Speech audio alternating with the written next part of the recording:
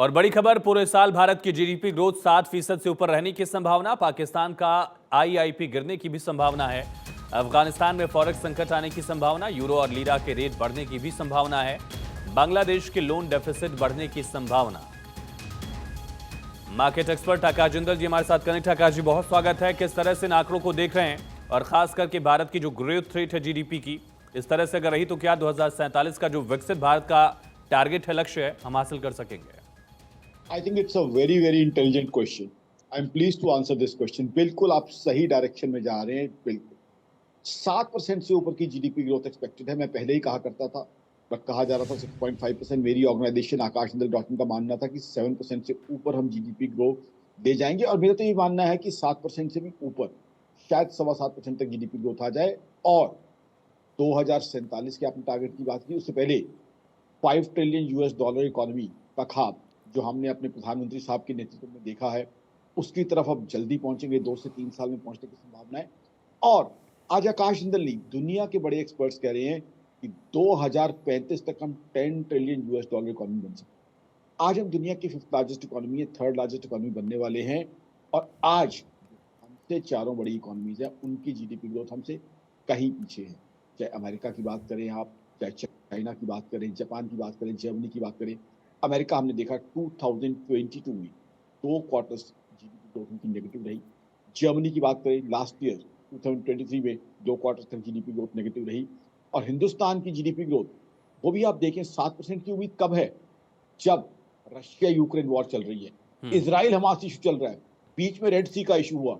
इन चीजों के बीच में भी ग्लोबल जो है, आज की तारीख में जिस तरह का एटमॉस्फेयर है, जिस तरह की सिचुएशन ग्लोबल चल रही है, उसको देखते हुए भी हिंदुस्तान की जीडीपी ग्रोथ इस तरह की है। सोचिए, जब दुनिया के अंदर ग्लोबल पीस होगी, अगर वो होती है 3 महीने 6 महीने बाद, तब जीडीपी ग्रोथ कैसे होगी?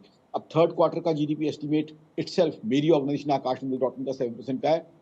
4th क्वार्टर का सोचिए, जब प्रभु श्री राम के मंदिर का प्राण प्रतिष्ठान होगा, इतने ग्लोबल पिलग्रिम्स आएंगे, फॉरेक्स आएगी, डोमेस्टिक पिलग्रिम्स आएंगे कि वो जीडीपी ग्रोथ, मेरा एस्टिमेट है आकाशजिंदल.in का, 8% से ऊपर जाएगी। तो ओवरऑल 7% से कहीं ज्यादा अच्छी जीडीपी ग्रोथ, ना सिर्फ जीडीपी ग्रोथ बल्कि जीएसटी कलेक्शन भी होने की उम्मीद है। तो I am totally with you my friend. 2047 का जो टारगेट हम लेके चल रहे हैं, उसकी तरफ हम बड़ी तेजी से, बड़े अच्छे तरीके से, बड़े बैलेंस वे में बढ़ रहे हैं। This is how we are going to surpass $10 trillion by 2035, and by 2047 definitely, after 100 years of independence, India will be a much stronger and robust economy.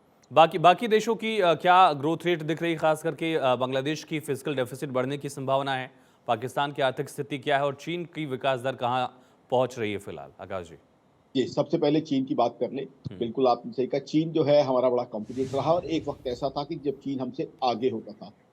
आज वही चीन हमारे सामने लड़खड़ाया हुआ है। चीन की जीडीपी ग्रोथ 4% के आसपास उम्मीद की जा रही है, क्योंकि चीन के अंदर अनएम्प्लॉयमेंट बढ़ी हुई है, बहुत से बिजनेसेस वहाँ डिस्ट्रेस में हैं, डेट का संकट बड़ा हुआ है, साथ ही साथ हाउसिंग इशू है।